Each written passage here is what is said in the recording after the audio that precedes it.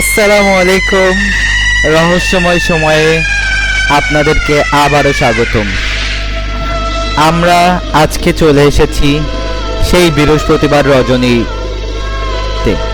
বৃহস্পতিবার রজনী মানে আমরা মনে পড়ে আমাদের নতুন কোনো অধ্যায়, নতুন কোনো প্রতিক্রিয়া। প্রতিশোধের অন্তিম পর্বে আমরা আজকে চলে এসেছি।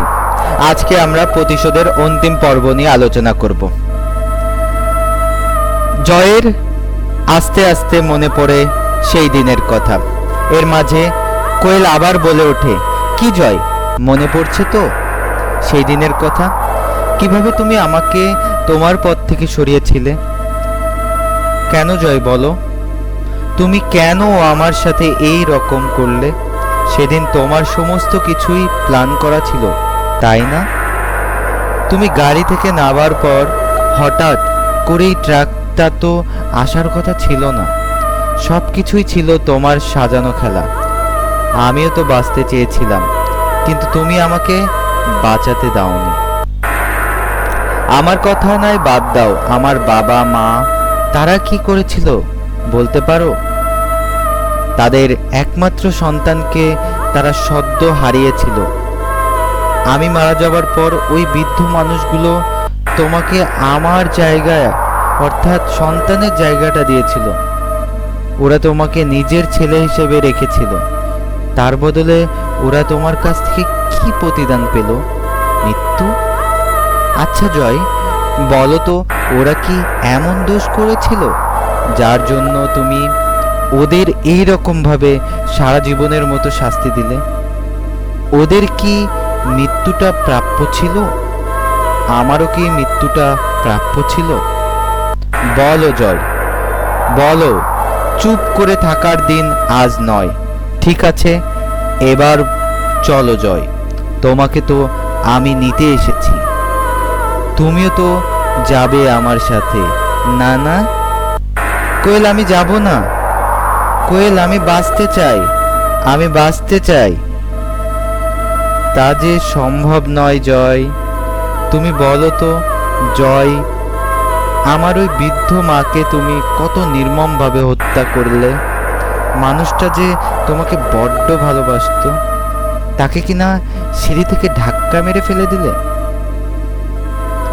যদিও বা আমার জন্য মা বেঁচে গেল। তখন তুমি মাকে নার্সিং হোমে ভর্তি করলে, কিন্তু ডাক্তারের সাথে কথা বলে ডাক্তারকে টাকার লোভ দেখিয়ে মাকে মেরে দিলে। খবর কিছু পেয়েছিল জয়। সপ্তাহখানেক আগে ডক্টর রয়কে যেন নৃশংসভাবে খুন করেছে। ডক্টরকে তো আমি নিয়ে চলে গিয়েছি আমার কাছে। এবার তোমার পালা। আমার বাবাকেও তো রাখলে না জয়। আমি মা চলে যাবার পর তুমি ছিলে বাবার একমাত্র ভরসা। সেই বাবাকেও তুমি। মানুষটা যখন নিশ্চিন্তে একটু ঘুমাচ্ছিল, তার মুখে বালিশ চাপা দিয়ে তাকে মেরে দিলে। আর চারিদিকে খবর দিলে বাবা নাকি হার্ট অ্যাটাক হয়ে মারা গেছে। বাহ জয়, বাহ! তুমি এতটা পাশবিক, এতটা নৃশংস। বলো জয়, বলো। তুমি তো পুরোটাই সম্পত্তির জন্য করছো। আচ্ছা জয়, একটা কথা বলো তো, তুমি তো আমার স্বামী, আমার সম্পত্তি সেটা তো তোমার ছিল জয়। তার জন্য আমাদের 3টে প্রাণ তুমি এইভাবে কেড়ে নিলে। এর শাস্তি তোমাকে পেতে হবে জয়। এর শাস্তি তোমাকে দেব আমি। তোমার শাস্তি হবে মৃত্যু। কোয়েল আবার ওই বিচ্ছিরিভাবে হাসতে থাকে। জয় এতক্ষণ মুখ দিয়ে একটা কথাও বলেনি। এবার সে আবার বলতে থাকে, আমার ভুল হয়ে গেছে কোয়েল, আমাকে ক্ষমা করে দাও। কোয়েল বলে ওঠে, ক্ষমা কিসের ক্ষমা? তুমি কি সেই ক্ষমার পাবার যোগ্য? চলো জয়, চলো এবার। জয় পিছুতে থাকে আর কোয়েল এগিয়ে যাচ্ছে।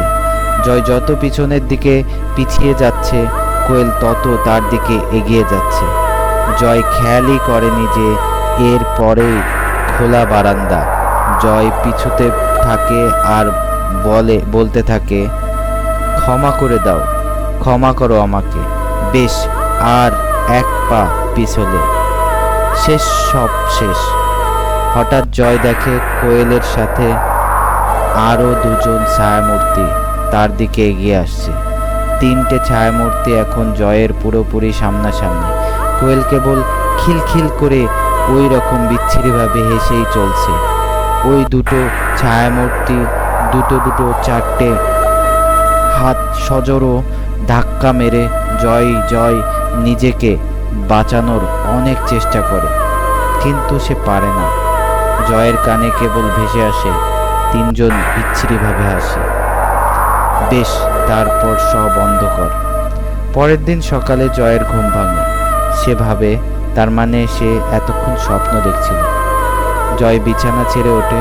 জয় দেখে তার বাড়ির সামনে অনেক লোক জড়ো হয়েছে, কিন্তু ব্যাপারটা কি সে বুঝতে পারছে না। পুলিশও এসেছে। জয় বাড়ির বাইরে বেরোয় এবং আশেপাশের কয়েকজনকে জিজ্ঞেস করে যে, দাদা কি হয়েছে, এখানে এত ভিড় কেন? কিন্তু কেউ জয়ের কথার উত্তর দেয় না। জয় বারবার সবাইকে জিজ্ঞেস করে, কিন্তু কেউ জয়ের কথা বলে না। সেইখানেই কয়েকজন লোক নিজেদের মধ্যে বলতে লাগলো, এই বাড়ির মালিক তো এইখানেই থাকে না, সে তো বিদেশে থাকে। যে মারা গেছে সেই বাড়ির মালিক নাকি? আরেকজন বলে ওঠে, কি জানি, পুলিশ তো তাই বলছে গো। আহারে, এইভাবে মারা গেল লোকটি, একটা তরতাজা প্রাণ এইভাবে চলে গেল। জয় এতক্ষণে ধরে সবার কথাগুলো শুনছিল। জয় আগাগোড়া কিছুই বলতে পারছিল না। জয় ভাবতে থাকে, এই বাড়ির মালিক তো আমি, এই বাড়ি কে আবার মারা গেল? জয় এইবার ভিড় ঠেলে কি হয়েছে সেটা দেখতে গেল। জয় দেখল তারই মৃতদেহ তার সামনে পড়ে আছে। জয় চিৎকার করে বলতে থাকে, না, এ কে? আমি নই, আমি মরিনি, আমি বেঁচে আছি। অফিসার, আমি বেঁচে আছি। দাদা শুনছেন? আমি বেঁচে আছি দাদা। জয় চিৎকার করে। জয়ের দূর থেকে কোয়েল দাঁড়িয়ে আছে এবং ঠিক সেই রকম বিচ্ছিরি হাসছে। কোয়েল জয়কে বলল, জয়, এই 10টা বছর প্রতিশোধের আগুনে আমি জ্বলছিলাম। তোমাকে বলেছিলাম না জয়, আমি তোমাকে আমার কাছে নিয়ে যাব। চলো জয়, চলো, এবার তোমাকে আমার সাথে যেতে হবে। জয় চিৎকার করে বলে ওঠে, এ হতে পারে না, হতে পারে না। এভাবেই পুরোটাই আমাদের গল্পটা শেষ হয়ে গেল।